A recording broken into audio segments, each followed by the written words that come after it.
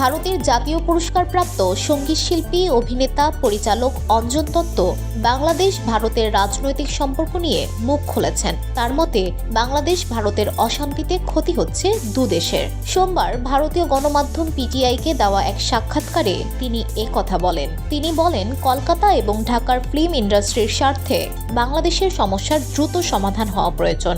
এই দুই দেশেরই খুব বড় একটা বাজার রয়েছে। এটি দুই দেশের জন্যই অত্যন্ত গুরুত্বপূর্ণ। তিনি আরও বলেন, রাজনীতি মানুষকে ভাগ করে দেয়, কিন্তু শিল্প ঐক্যবদ্ধ করে। রাজনীতি মানুষকে ভাগ করে, অথচ শিল্প মানুষকে একত্রিত করে। অঞ্জন দত্ত বলেন, আমি চাই বর্তমান অচল অবস্থার দ্রুত সমাধান হোক। শিল্প এবং সংস্কৃতির ক্ষেত্রে আমাদের একটা বড় বাজার রয়েছে, সেটা দুদেশের জন্য খুলে যাওয়া প্রয়োজন। এতে দুই পক্ষেরই উপকার হবে।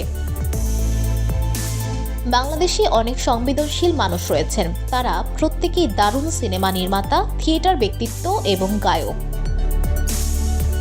এত সমৃদ্ধ ঐতিহ্য এবং সংস্কৃতি শুধুমাত্র রাজনৈতিক কারণে বলি দেওয়া উচিত নয়।